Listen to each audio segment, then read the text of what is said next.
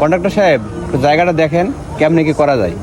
জায়গা তো দেখলাম, জায়গা তো ঠিকই আছে, খালি একটু মাটি ফেলাইলেই হবে। চাচা, আপনার আইনে কি করতেছেন? ও কিছু না, তুই এটা বুঝবি না, তুই বাড়ি যা। আমি বুঝুম না মানে কেমন কথা কন? আর এনে কি করতেছেন আমারে কন লাগবো?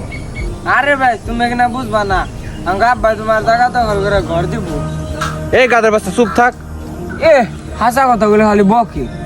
অতি চুপ থাকবো মানে? অতি তো ঠিকই কইছে। আর আপনি এনে কন্ট্রাক্টর নিয়ে আইছেন, কন্ট্রাক্টর নিয়ে কি করতেছেন আমারে কইবেন না? তো এইটা তো তেমন কিছু না, আপনি চাচাই যা কই তাই শুনেন, এন থেকে জানগা। আপনি আবার উল্টা পাল্টা কথা কন কি? আমি যাবো কা মানে? এটা আমার জায়গা, আমি যাবো এন থেকে, কেমন কথা কন? এনে যে আমার জায়গার উপরে দাঁড়িয়ে ঘর বানানোর প্ল্যান করতেছে, এটা আমার সাথে আলোচনা করছে। তোর জায়গা মানে? তোর বাপ তো মরার আগে এই জায়গা আমাকে দিয়ে গেছে। এই জায়গায় এখন আমার।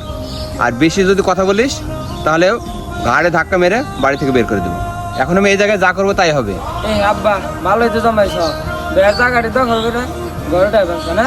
তুই তো বেশি কথা কই পারছিস, তো কানে মালে একটা থাপ্পড় দেবো বেয়াদব। এ থাপ্পড় দেব? কন্ডাক্টর সাহেব, সময় তো চলে যাচ্ছে, মাগরিবের নামাজের টাইম হয়ে যাচ্ছে। এ মেনসের জাগাল দখল করে ঘর বানাই বানছ, আবার নামাজ পড়ো। নামাজ কি হবো তোমার? এই জায়গায় কোনো ঘর হইব না, কোনো মিটিং হইব না, কিছু না।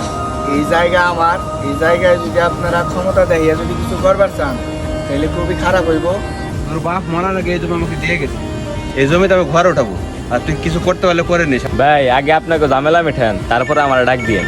না, আমি দেখতাছি আপনি এনে ঘর কেমনে উঠান, এটা দেখার আছে আমার।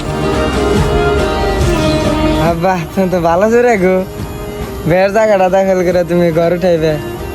নামাজের টাইম গেল। আহা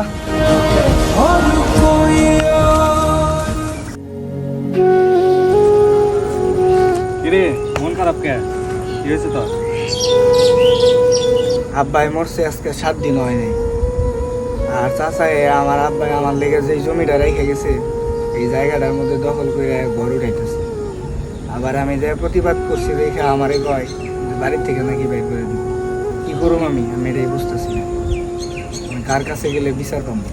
আল্লাহ জানি ওনার বিচারটা করে। আল্লাহ এই বিচার করবো একদিন, অবশ্যই করবো।